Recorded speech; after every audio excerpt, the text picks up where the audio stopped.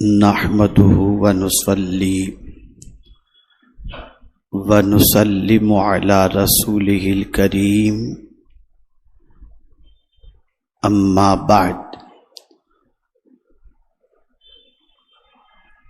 فأعوذ بالله من الشيطان الرجيم بسم الله الرحمن الرحيم قال النبي صلى الله تعالى عليه وسلم شعبان شهري ورمضان شهر الله وقال رسول الله صلى الله عليه وسلم في مقام آخر شهر رمضان شهر الله شهر شعبان شهري شعبان المطهر ورمضان المكفر صدق رسول الله صلى الله تعالى عليه وسلم الصلاة والسلام عليك يا رسول الله الصلاة والسلام عليك يا حبيب الله الصلاة والسلام عليك يا نبي الله الصلاة والسلام عليك يا نور الله وعلى آلك وأصحابك يا حبيب الله صلی اللہ تعالی علیہ وسلم۔ میرے پیارے آقا صلی اللہ تعالی علیہ وسلم کے پیارے دیوانوں، آقا کریم رؤوف الرحیم علیہ التحیۃ والتسلیم نے ماہ رجب المرجب کا چاند دیکھ کر اللہ کی بارگاہ میں یہ دعا فرمائی، اللہم بارک لنا فی رجب و شعبان و بلغنا رمضان۔ اے اللہ، رجب اور شعبان میں ہمارے لیے برکت پیدا فرما اور ماہ رمضان ہم کو نصیب فرما۔ ماہ رجب المرجب کہ آج آخری تاریخ ہے اور وہ ہم سے رخصت ہو رہا ہے۔ خوش نصیب ہیں وہ لوگ جنہوں نے ماہ رجب المرجب کی قدر کی، اس میں عبادت و ریاضت کی، توبہ و استغفار کیا اور اپنے رب کو جہاں تک ممکن ہو سکا منانے کی کوشش کی۔ اب انشاءاللہ العظیم کل سے ماہ شعبان المعظم کا آغاز ہوگا۔ اب ماہ شعبان المعظم کتنی برکت والا مہینہ ہے اور اس کے فضائل میں آقا کریم صلی اللہ علیہ وسلم نے کیا فرمایا، کچھ باتیں اس کے حوالے سے میں آپ کی سماعتوں کے حوالے کروں گا۔ اللہ مجھے حق کہنے اور آپ سب کو حق سننے کی توفیق عطا فرمائے۔ آقا کریم صلی اللہ علیہ وسلم نے ماہ شعبان کی فضیلت کے حوالے سے ارشاد فرمایا کہ رمضان کا مہینہ اللہ کا مہینہ ہے اور شعبان کا مہینہ میرا مہینہ ہے۔ اس ماہ مبارک کو اللہ کے رسول صلی اللہ علیہ وسلم نے اپنا مہینہ فرمایا، شعبان شہری، شعبان میرا مہینہ ہے۔ اور پھر آگے آقا کریم صلی اللہ علیہ وسلم نے اس مہینے کی خصوصیت بیان فرمائی کہ شعبان المطہر، شعبان پاک کرنے والا مہینہ ہے۔ یہ بندوں کو گناہوں سے پاک کر دیتا ہے۔ میرے پیارے آقا صلی اللہ علیہ وسلم کے پیارے دیوانوں، اس ماہ مبارک میں بندے کثرت سے توبہ کرتے ہیں، رجوع اللہ کرتے ہیں، گناہوں پہ نادم ہوتے ہیں، شرمندہ ہوتے ہیں، اور اللہ رب العزت جل جلالہ کی بارگاہ میں توبہ و استغفار جب کرتے ہیں تو میرا کریم ارشاد فرماتا ہے ان اللہ یحب التوابین و یحب المتطہرین۔ اب اس کو میں بہت چھوٹے دو لفظوں کے ذریعے توبہ کیسے پاک کرتا ہے بندے کو، اور طہارت یعنی پاکیزگی کیسے پاک کرتی ہے، یہ دو چیزوں کو دو لفظوں میں اس کو سمجھیں۔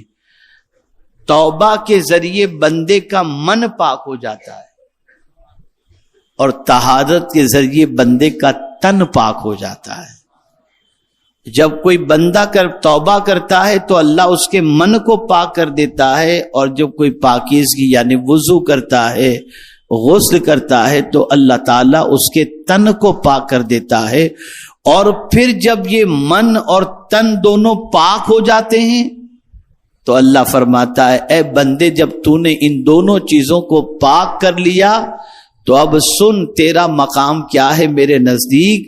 کوئی تجھ سے محبت کرے یا نہ کرے، ان اللہ یحب التوابین و یحب المتطہرین، کہ بے شک اللہ توبہ کرنے والے اور پاک رہنے والوں سے محبت فرماتا ہے۔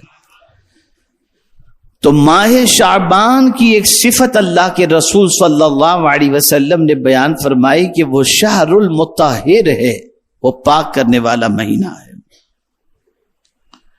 اور رمضان کے بارے میں حضور صلی اللہ علیہ وسلم نے فرمایا وَرَمَضَانُ الْمُكَفِّرُ، رمضان المبارک گناہوں کو مٹانے والا مہینہ ہے۔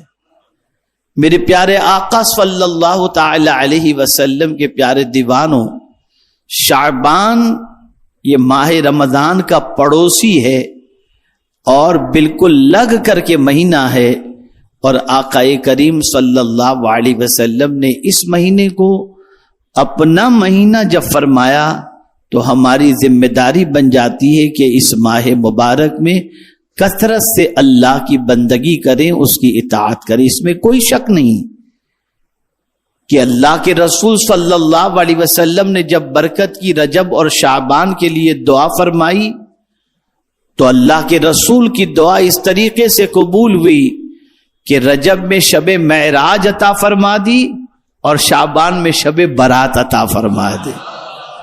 تو شب برات کے کیا فضائل ہیں، شب برات میں کیا ہونا چاہیے، اور اسی کے ساتھ ساتھ اس رات ہمیں اللہ کی بندگی کیسے کرنی چاہیے، اس کے بارے میں انشاءاللہ العظیم آئندہ ہفتے کے اجتماع میں آپ کے سامنے باتیں بیان کی جائیں گی۔ لیکن آج صرف میں آپ کے سامنے شعبان المعظم میں حضور صلی اللہ علیہ وسلم کا معمول کیا ہوتا تھا، تاکہ آپ اس کو سننے کے بعد اس پر عمل کرنے کی کوشش کریں۔ میرے پیارے آقا صلی اللہ تعالی علیہ وسلم کے پیارے دیوانوں، سب سے پہلے دو باتیں آپ سماعت فرما لیں۔ آپ سنیں گے تو آپ کا ایمان انشاءاللہ تازہ ہوگا۔ قرآن مقدس میں ایک آیت کریمہ ایسی نازل ہوئی، قرآن مقدس کی ایک آیت کریمہ ایسی نازل ہوئی جسے صحابہ کو جب حضور صلی اللہ علیہ وسلم نے پڑھ کر سنایا تو صحابہ نے حضور صلی اللہ علیہ وسلم کو مبارکباد پیش فرمائی، اور اس آیے کریمہ میں ایسا حکم نازل ہوا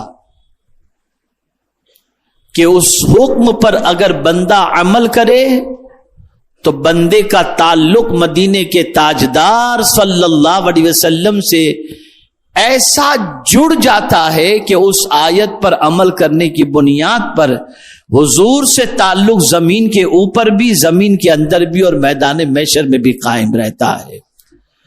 اس آیت پر عمل کرنے والے کے اللہ گناہوں کو معاف فرما دیتا ہے، اس آیت پر عمل کرنے والے کو اللہ اس کے درجات کو بلند فرماتا ہے اور اسے نیکیاں عطا فرماتا ہے۔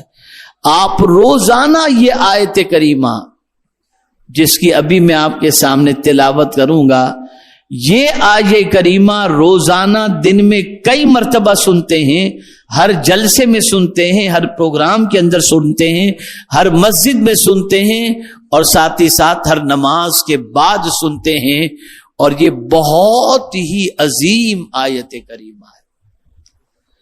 یہ آیت کریمہ اللہ عز و جل نے کسی اور مہینے میں نازل نہیں فرمائی، اس آیت کریمہ کو اللہ عز و جل نے ماہ شعبان میں نازل فرمائی۔ وہ آیت کریمہ کون سی؟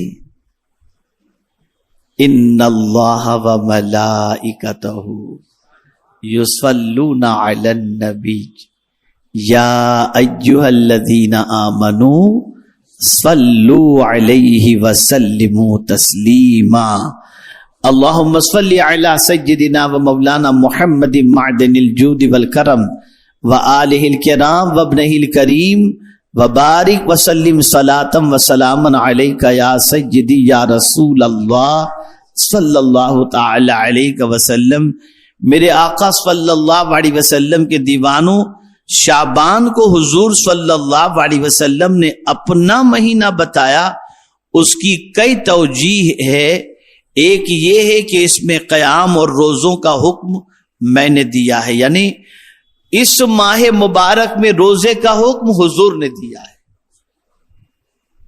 رمضان میں روزے کا حکم اللہ نے دیا ہے، لیکن شعبان میں روزے کا حکم اللہ کے رسول نے دیا ہے، اور اسی طریقے سے ماہ رمضان المبارک میں قیام کا حکم اللہ نے دیا ہے، اور ماہ شعبان کے اندر قیام کا حکم مدینے کے تاجدار نے عطا فرمایا صلی اللہ علیہ وسلم۔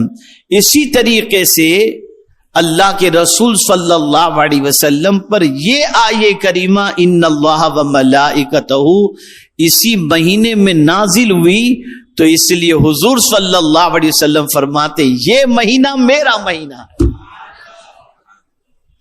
یعنی اب آپ دیکھیں میرے آقا صلی اللہ علیہ وسلم پر ہر لمحہ دنیا کے اندر درود شریف پڑھا جاتا ہے۔ درود شریف کتنا بڑا عمل ہے، توجہ چاہوں گا۔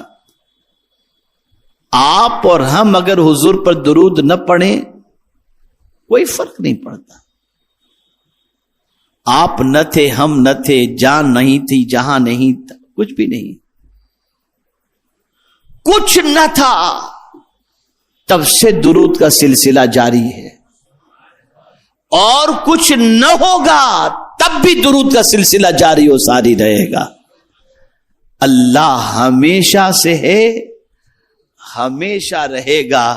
بندے تو پڑھ یا نہ پڑھ، اللہ ہمیشہ اپنے محبوب پر درود بھیجتا ہے، رحمتیں نازل فرماتا ہے، اور فرشتے بھی حضور صلی اللہ علیہ وسلم پر تحفہ درود و سلام پیش کرتے ہیں۔ یہ برکت والی آیت اگر ہمیں نصیب ہوئی ہے تو اسی ماہ مبارک میں نصیب ہوئی۔ اس لیے حضور صلی اللہ علیہ وسلم نے اس مہینے کو اپنا مہینہ فرمایا۔ اور دوسری بات، ہم کس طرف رک کر کے نماز پڑھتے ہیں؟ بولیے، کعبہ کی طرف ہے نا؟ آپ جانتے ہیں اسی ماہ مبارک کی 15 تاریخ کو مسجد قبلتین کے اندر میرے آقا صلی اللہ علیہ وسلم بدھ کے روز نماز ادا فرما رہے تھے، نماز پڑھا رہے تھے، اور اسی شعبان کی 15 تاریخ کو رسول اعظم صلی اللہ علیہ وسلم نے حالت نماز میں اپنا چہرہ آسمان کی طرف کیا،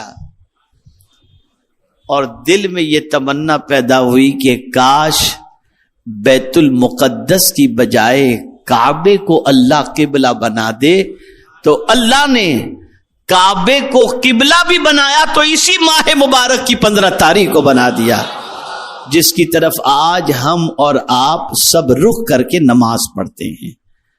میرے پیارے آقا صلی اللہ تعالی علیہ وسلم کے پیارے دیوانوں، اس سے یہ بات سمجھ میں آتی ہے کہ یہ مہینہ کتنی عظمت والا مہینہ اور کتنی برکت والا مہینہ ہے۔ میرے پیارے آقا صلی اللہ تعالی علیہ وسلم کے پیارے دیوانوں، آپ ہم چاند کے سلسلے میں اتنے متفکر نہیں ہوتے، اعلان کے سلسلے میں متفکر ہوتے ہیں کہ کہیں سے اعلان آ جائے۔ اور اب تو زیادہ تر مسلمان چاند کے اعلان کا انتظار کرتے ہیں، اب چاند دیکھنے کی مسلمان کوشش نہیں کرتا۔ تو 5 مہینوں کے چاند کو دیکھنا یہ واجب کفایہ ہے، اسے ذہن میں رکھیں، کوشش کریں کہ 5 مہینوں کا چاند ضرور دیکھنے کی کوشش کریں۔ کہ بہار شریعت میں حضرت علامہ وبالفضل اولانا صاحب بہار شریعت مفتی امجد علی صاحب علیہ رحمت و رضوان فرماتے ہیں، شعبان کا چاند دیکھنا، رمضان کا چاند دیکھنا، شوال کا چاند دیکھنا اور ذی قعدہ اور ذی الحجہ کا چاند دیکھنا یہ واجب کفایہ ہے۔ ظاہر سی بات ہے کہ ہمارے علماء دیکھتے ہیں، سنی جمعیت العلماء کے ذمہ داران دیکھتے ہیں، تو ٹھیک ہے ان کا دیکھنا یہ ہمارے لیے کافی ہو جاتا ہے، لیکن مسلمان کو کوشش کرنی چاہیے کہ ان ماہ مبارک کے چاند کو دیکھنے کے لیے وہ ہر ممکن کوشش کرے۔ میرے پیارے آقا صلی اللہ علیہ وسلم کے پیارے دیوانوں، اس کی وجہ کیا ہے شعبان کے مہینے کے چاند کے دیکھنے کی وجہ؟ تو فرمایا گیا اگر رمضان کا چاند دیکھتے وقت ابر یا غبار ہو تو یہ 30 پورے کر کے رمضان شروع کیا جا سکتا ہے۔ اور اسی طریقے سے رمضان کا چاند کیوں دیکھنا واجب کفایہ ہے؟ تو فرمایا روزہ رکھنے کے لیے یہ چاند دیکھنا فرض واجب کفایہ ہے کہ چاند نظر آ گیا تو دوسرے دن فوراً ہم روزہ رکھ سکتے ہیں۔ شوال کا کیوں؟ روزہ ختم کرنے کے لیے کہ شوال کا چاند نظر آ گیا تو ہم روزہ رکھنا ختم کر دیں۔ اور اسی کے ساتھ ذی قعدہ کا اور ذی الحجہ کے لیے تو اس کی وجہ ہے بقر عید کے لیے، تاکہ میرے پیارے آقا صلی اللہ علیہ وسلم کے پیارے دیوانوں ہم اپنے مذہبی تہوار کو اور عیدین کو، روزوں کو، ان ساری چیزوں کو صحیح طور پر کر سکیں۔ بہت سارے علاقے ایسے ہوتے ہیں جہاں لوگ چاند دیکھنے کے لیے نکلتے ہیں تو کئی لوگوں کو نظر نہیں آتا، لیکن اللہ کا کوئی ایسا بندہ جو سنی صحیح العقیدہ ہے، متشرع ہے، اور اس کی نگاہیں چاند دیکھنے کے لیے آسمان پر اٹھتی ہیں اور اسے چاند نظر آ جاتا ہے، اور پھر اس کے بعد وہ گواہی لے کر کے قاضی کے پاس پہنچتا ہے اور قاضی اعلان کر دیتے ہیں تو سب کے روزے بھی پرفیکٹ ہوتے ہیں، سب کی تراویح بھی پرفیکٹ ہوتی ہے۔ اب چاند دیکھ کر گواہی دینے والا اور چاند کی گواہی دینے والے کو اللہ تعالیٰ اجر عظیم عطا فرماتا ہے۔ تو یہ 5 مہینوں کا چاند دیکھنا یہ واجب کفایہ ہے۔ اب حضور صلی اللہ علیہ وسلم اس ماہ مبارک میں خاص طور پر کیا کیا کرتے تھے، اسے آپ سماعت فرمائیں۔ رسول اعظم صلی اللہ علیہ وسلم نے ارشاد فرمایا افضل الصوم بعد رمضان شعبان لتعظیم رمضان۔ آقا کریم صلی اللہ علیہ وسلم ارشاد فرماتے ہیں رمضان کے بعد سب سے افضل شعبان کے روزے ہیں۔ رمضان کے بعد سب سے افضل شعبان کے روزے ہیں، تعظیم رمضان کے لیے کہ ماہ رمضان کی آمد ہے، اس ماہ مبارک کی تعظیم کے لیے رمضان شعبان المعظم کے اندر انسان کو روزہ رکھنے کی کوشش کرنی چاہیے۔ اور یہ فرمایا گیا کہ رمضان کے بعد اگر کوئی مہینے کے روزے سب سے افضل ہیں تو وہ شعبان المعظم کے روزے۔ آقا کریم رؤوف الرحیم علیہ التحیۃ والتسلیم ماہ رمضان کے بعد سب سے زیادہ اگر کسی مہینے کے روزے رکھتے تو وہ ماہ شعبان المعظم کے روزے رکھا کرتے تھے۔ آقا کریم صلی اللہ علیہ وسلم خاص طور پر 14ویں اور 15ویں شعبان کے روزے کے حوالے سے اس طریقے کا بھی ارشاد ملتا ہے کہ ان روزوں کے حوالے سے فرمایا گیا کہ فرماتے ہیں میرے آقا صلی اللہ علیہ وسلم کہ میرا اعمال نامہ بند ہو تو بھی میں روزے سے رہوں، اور اعمال نامے کا آغاز بھی ہو تب بھی میں روزے سے رہوں۔ میرے پیارے آقا صلی اللہ علیہ وسلم کے پیارے دیوانوں، میں اس وقت آپ کے سامنے شب برات کی فضیلت بیان نہیں کر رہا اس لیے کہ یہ وقت پر بیان کروں گا، لیکن مطلق پورے مہینے کی فضیلت آپ کے سامنے بیان کرنے کی کوشش کر رہا ہوں۔ آقا کریم صلی اللہ تعالی علیہ وسلم نے ایک ارشاد کے مطابق ماہ شعبان میں کثرت سے روزہ رکھنے کا حکم دیا، اور معمول بھی تھا حضور صلی اللہ علیہ وسلم کا۔ اب کثرت کا اطلاق 3 سے زیادہ پر ہوتا ہے، 3 پر یا اس سے زیادہ پر۔ تو آپ اگر ماہ شعبان المعظم میں 10 روزے نہیں رکھ سکتے، 20 روزے نہیں رکھ سکتے، 25 روزے نہیں رکھ سکتے، 28 روزے نہیں رکھ سکتے، تو کوشش کریں کہ کم از کم 13، 14، 15 شعبان کے روزے رکھ لیں کہ ان روزوں کو رکھنے پر بھی کثرت کے حکم کے اندر یہ معاملہ شامل ہو جائے گا۔ میرے پیارے آقا صلی اللہ علیہ وسلم کے پیارے دیوانوں، ایک روایت میں یہ بھی آتا ہے کہ آقا کریم صلی اللہ علیہ وسلم رمضان المبارک کے 1 دن پہلے کا روزہ نہیں رکھا کرتے تھے تاکہ رمضان المبارک کا اور اس کے درمیان کا فرق ہو جائے اور ماہ رمضان المبارک کی جو امتیازی پوزیشن ہے اس کے حاصل کرنے کا جذبہ بھی پیدا ہو جائے۔ اور ایک روایت میں یہ بھی ہے کہ حضور صلی اللہ علیہ وسلم رکھ لیا کرتے تھے۔ اور اسی کے ساتھ ساتھ شریعت کا مسئلہ یہ بھی ہے کہ اگر کوئی شخص کسی دن کے روزے کا عادی ہے اور وہ دن شعبان کی 29 یا 30 کا دن ہو تو اس دن وہ روزہ رکھے، کوئی مذائقے کی بات نہیں۔ مثال کے طور پر کوئی پیر اور جمعرات کا روزہ رکھنے کا عادی ہے، سال بھر وہ ان 2 دنوں کا روزہ رکھتا ہے، اور اتفاق سے شعبان کی 29 تاریخ پیر ہی کے روز آئی اور اس کے بعد رمضان المبارک کے شروع ہونے کا امکان ہے تو وہ اس دن روزہ رکھے، کوئی مذائقے کی بات نہیں ہے۔ میرے پیارے وسلم کے پیارے دیوانوں، رسول رحمت صلی اللہ تعالی علیہ وسلم کا ایک ارشاد یہ بھی ملتا ہے، حضرت ابو ہریرہ رضی اللہ تعالی عنہ سے مروی ہے، یہ ابو داؤد شریف کی حدیث ہے کہ رسول اللہ صلی اللہ علیہ وسلم نے فرمایا رمضان کے روزوں سے 1 روز یا 2 روز پہلے روزہ نہ رکھو، ہاں اگر کوئی شخص کوئی روزہ پہلے سے رکھتا چلا آ رہا ہے تو وہ رکھ سکتا ہے، جیسا کہ میں نے ابھی بتایا۔ میرے پیارے آقا صلی اللہ تعالی علیہ وسلم کے پیارے دیوانوں، اس کی تشریح فرماتے ہوئے محدثین فرماتے ہیں کوئی ہر 2 شنبہ کا روزہ رکھتا ہے، اتفاقاً وہ شعبان کے آخر میں پڑ گیا تو رکھ سکتا ہے، ہاں خاص رمضان کی تعظیم کے طور پر آخر شعبان کا روزہ نہ رکھنا بہتر ہے تاکہ رمضان کی انفرادیت اور اس کا امتیاز باقی رہے، جیسا کہ میں نے بتایا۔ ہمارے یہاں ماہ رجب، ماہ شعبان، ماہ رمضان کے روزے، 3 مہینے کے روزے رکھنے والے بھی بہت سارے اللہ کے بندے موجود ہیں، کوئی مذائقے کی بات نہیں، لیکن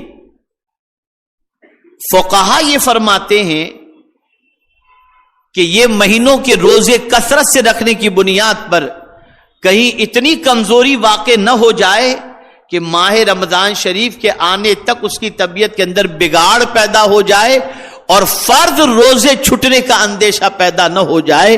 اس لیے اس چیز کا بھی خیال رکھنا چاہیے کہ ماہ رمضان المبارک کے روزے ہمارے اوپر گراں نہ گزریں، ہمارے لیے طبیعت کی خرابی کا سبب نہ بنے پہلے کے روزے. تو ہمیں چاہیے کہ ہم اس چیز کو مقدم رکھیں اور اس چیز کو جو ہے وہ اس کا احتیاط رکھیں. اگر کوئی رکھتا ہے اور اس کی عادت میں شامل ہے، یوز ٹو ہو چکا ہے، کوئی تکلیف نہیں ہوتی، تو اس میں بھی شریعت نے منع نہیں فرمایا، کوئی مذائقہ نہیں ہے، رکھ سکتے ہیں. میرے پیارے آقا صلی اللہ تعالی علیہ وسلم کے پیارے دیوانوں، نفل روزوں میں سب سے زیادہ روزے اگر کسی مہینے کے حضور صلی اللہ علیہ وسلم کو محبوب تھے تو وہ ماہ شعبان المعظم کے تھے. یہ چند باتیں میں نے ماہ شعبان المعظم کی فضیلت میں آپ کے سامنے عرض کیا. 2 عمل خاص طور پر ذہن کے اندر رکھیں کہ اس ماہ مبارک میں پرٹیکولر 15ویں شب ہی کو نہیں، ریگولر پورا مہینہ اللہ سے توبہ کریں کہ رسول اعظم صلی اللہ علیہ وسلم نے فرمایا یہ شہر المطہر ہے، یہ پاک کرنے والا مہینہ ہے. اور میں تو صرف اتنا سوچتا ہوں کبھی کبھی تو مجھے اندر سے ایک خوشی کی میرے اندر سے ایک لہر دوڑتی ہے کہ حضور نے شعبان کو اپنا مہینہ فرمایا کہ شعبان میرا مہینہ ہے. ارے سرکار، جب شعبان آپ کا مہینہ ہے تو ہم امتی بھی تو آپ ہی کے ہیں، امتی بھی تو آپ ہی کے ہیں. تو جب یہ مہینہ آپ کا تو ہم امتی بھی آپ کے، اور جب یہ مہینہ پاک کرنے والا مہینہ ہے تو اس مہینے کے صدقے میں سرکار ہمیں بھی پاک فرما دیجئے. تو میرے پیارے آقا صلی اللہ علیہ وسلم کے پیارے دیوانوں، سب سے بڑی چیز یہ ہے کہ اللہ عز و جل ہمیں گناہوں سے پاک فرما دے، ہماری برائیوں کو، ہمارے گناہوں کو اللہ معاف فرما دے.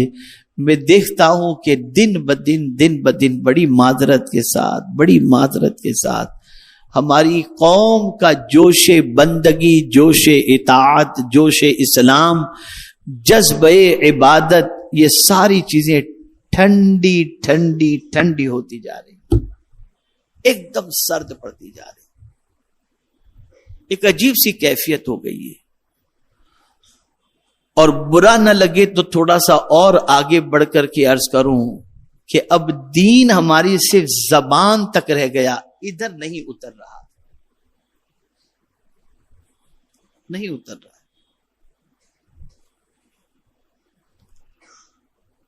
یہ نہیں بدل رہا اندر سے. آقا کریم صلی اللہ علیہ وسلم کا جو انقلابی کام ہے، اور جتنے بھی انبیاء کرام علیہم الصلاۃ والتسلیم تشریف لائے، ان کا جو انقلابی کام تھا وہ ظاہر بدلنے والا نہیں تھا، دل بدلنے والا کام تھا. انہوں نے دل بدلے لوگوں کی، سوچ بدلی لوگوں کی. ہمارا دل نہیں بدلتا. ہم اگر اپنے دل میں جھانک کر کے دیکھیں تو وہی گناہوں کی محبت، وہی دنیا کی محبت، بلکہ ہم بڑی معذرت کے ساتھ میں کیا بتاؤں آپ کو کہ ہم تو بندگی بھی کرتے ہیں نا تو دنیا کے لیے کرتے ہیں، اللہ کے لیے نہیں کرتے. کیا کوئی 2 رکعت آپ کو ایسی بھی یاد ہے جو آپ نے اس نیت سے پڑھی ہو کہ مولا یہ 2 رکعت صرف اس لیے پڑھ رہا ہوں تاکہ تو راضی ہو جائے؟ نہیں پڑھتے ہم. میں اگر اس وقت آپ کو کوئی عمل وظیفہ ایسا بتا دوں کہ یہ وظیفہ پڑھو مالدار ہو جاؤ گے. اب آپ دیکھیں نا، یوٹیوب پر دیکھیں، سارے باباؤں نے سمجھ ہی لیا ہے کہ مسلمان جو ہے وہ جلدی سے مالدار ہی بننا چاہتا ہے، تو ایسے وظیفے آ رہے ہیں. اگر تم 8 دن پڑھو گے تو لکھ پتی بن جاؤ گے، 10 دن پڑھو گے تو کروڑ پتی بن جاؤ گے، تمہارے اس سے پیسے نکلیں گے، یہاں سے نکلیں گے. اور دیکھیے اس پہ ویوز، اللہ اکبر، یہی سب آدمی دیکھ رہا ہے. لیکن کوئی ایسا وظیفہ یوٹیوب پر آپ کو نہیں ملے گا کہ یہ وظیفہ کرو تم گناہوں سے بچ جاؤ گے. ایسا کوئی یوٹیوب پر عمل نہیں ملتا. قرآن پڑھو تو بھی مال کے لیے، حج کرو تو بھی مال کے لیے، روزہ رکھو تو بھی مال کے لیے، زکات دو تو بھی مال کے لیے. سب کچھ ہم کرتے ہیں صرف دنیا کے لیے. ہمارے حاشیے خیال میں بھی یہ بات نہیں ہوتی کہ ہمارا رب راضی ہو جائے. بس ایک آیت آپ کے سامنے عرض کرتا ہوں اور اس کے بعد میں آپ کے ضمیر کو جھنجھوڑنے کی تھوڑی سی کوشش کروں گا تاکہ آپ اس کو سمجھ سکیں. اور ہفتہ واری اجتماع میں جو آپ بڑے ذوق و شوق سے تشریف لاتے ہیں تو آنے کے بعد آپ کی زندگی میں کوئی انقلاب بھی آپ پیدا کر سکیں. اللہ کی رضا کس طرح سے حاصل ہوتی ہے اس کا ایک قرآن کی روشنی میں ایک آپ کو میں طریقہ بتاتا ہوں. حضرت موسیٰ علیہ الصلاۃ والتسلیم سے رب قدیر جل جلالہ نے فرمایا اپنی قوم کو لے کر کوہ طور پر آ جاؤ. حضرت موسیٰ علیہ الصلاۃ والتسلیم اپنی قوم کو لے کر کے نکلے، لیکن معاملہ کیا تھا؟ معاملہ یہ تھا کہ نبی کی چال اور امتی کی چال میں فرق تو ہوتا ہے نا. تو حضرت موسیٰ کی رفتار تیز تھی، قوم پیچھے پیچھے آ رہی تھی. اب حضرت موسیٰ علیہ السلام کوہ طور پر جلدی پہنچ گئے. توجہ چاہوں گا، کوہ طور پر جلدی پہنچ گئے. تو قرآن کہتا ہے کہ رب نے حضرت موسیٰ علیہ السلام سے فرمایا لما تعجلک عن قومک یا موسیٰ، اے موسیٰ تم نے تمہاری قوم سے آنے میں جلدی کیوں کر لی؟ کہاں ہے تمہاری قوم؟ تم جلدی کیوں پہنچ گئے؟ کہاں ہے تمہاری قوم؟ قربان جائیے جواب پر خدا کی قسم رونگٹے کھڑے ہو جاتے ہیں جواب پڑھنے کے بعد.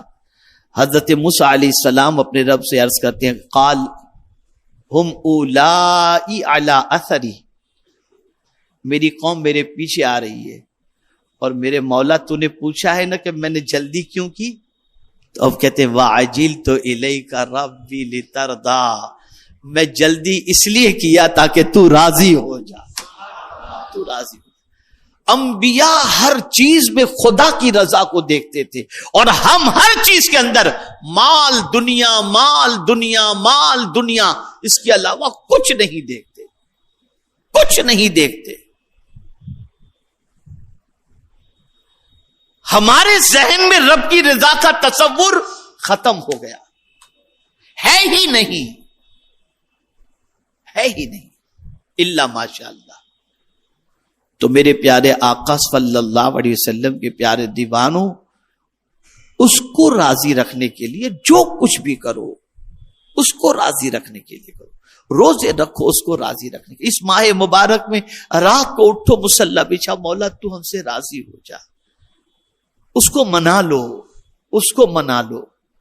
اور وہ راضی، ارے اس کی تھوڑی سی خوشی بھی حاصل ہو گئی نا، تھوڑی سی خوشی، اس کو قرآن نے کہا ہے تھوڑا سا بھی وہ راضی ہو گیا نا تو یہ بہت بڑی چیز ہے.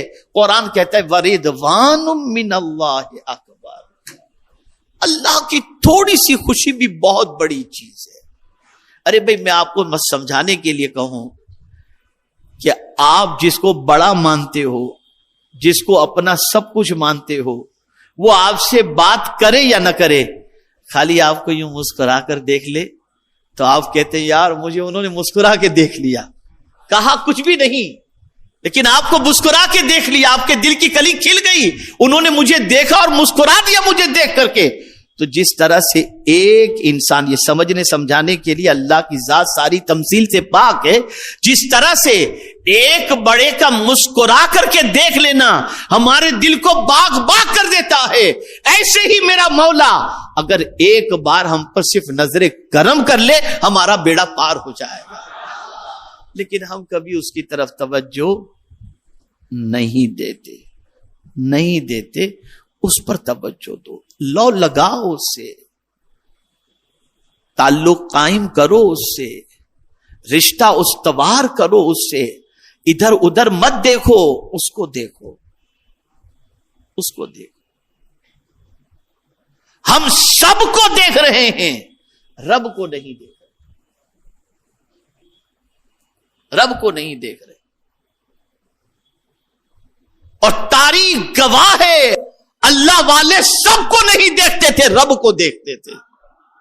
وہ کس میں راضی ہے؟ تو یہ ماہ مبارک بہت عظمتوں والا مہینہ ہے۔ اللہ توفیق دے اور ماہ رمضان کے روزے آپ کے لیے گراں نہ لگیں تو اس ماہ مبارک میں حضور صلی اللہ علیہ وسلم کا معمول زیادہ سے زیادہ روزے رکھنے کا تھا۔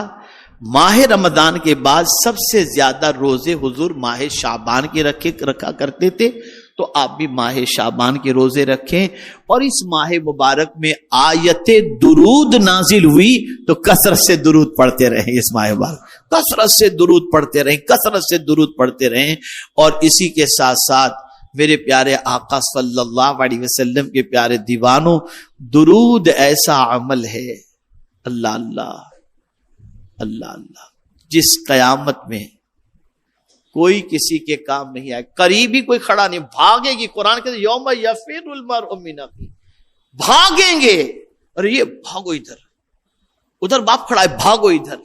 یہ قیامت کی سچویشن قرآن کہہ رہا ہے۔ دوست ادھر بھاگو دوست کے پاس سے، ایک دوسرے کو دیکھ کے بھاگیں گے، کوئی کسی کے پاس نہیں ہوگا، اور سب کی حالت خراب ہوگی۔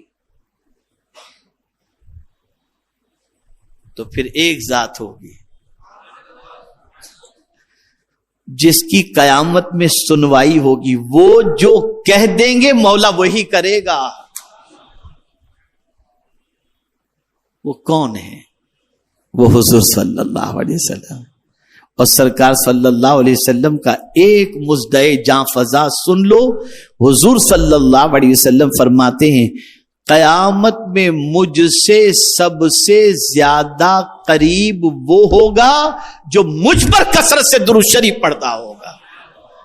ماہ مبارک میں کثرت سے درود شریف پڑھو، کثرت سے درود شریف پڑھو، حضور صلی اللہ علیہ وسلم کا قرب نصیب ہوگا۔ اور میرے امام نے بڑی پیاری بات فرمائی، اللہ اللہ، آسیو تھام لو دامن ان کا، آسیو تھام لو دامن ان کا، وہ نہیں ہاتھ جھٹکنے والے۔ اگر تم نے حضور کا دست کرم تھام لیا، قیامت میں تو ہر کوئی ہاتھ جھٹک دے گا، لیکن اگر کوئی ذات ہے جو ہاتھ نہیں جھٹکے گی تو وہ مدینے کے تاجدار صلی اللہ علیہ وسلم کی ذات بابرکت۔ اللہ مجھ پر، آپ پر، سب پر کرم کی نظر فرمائے، اور ہمیں ماہ شعبان المعظم کے احترام کی بھی توفیق نصیب فرمائے، اور اس میں عبادت و ریاضت کی بھی توفیق نصیب فرمائے، اور کثرت سے درود شریف پڑھنے کی بھی توفیق نصیب فرمائے۔ وما علینا الا البلاغ المبین۔ السلام علیکم ورحمۃ اللہ تعالی وبرکاتہ۔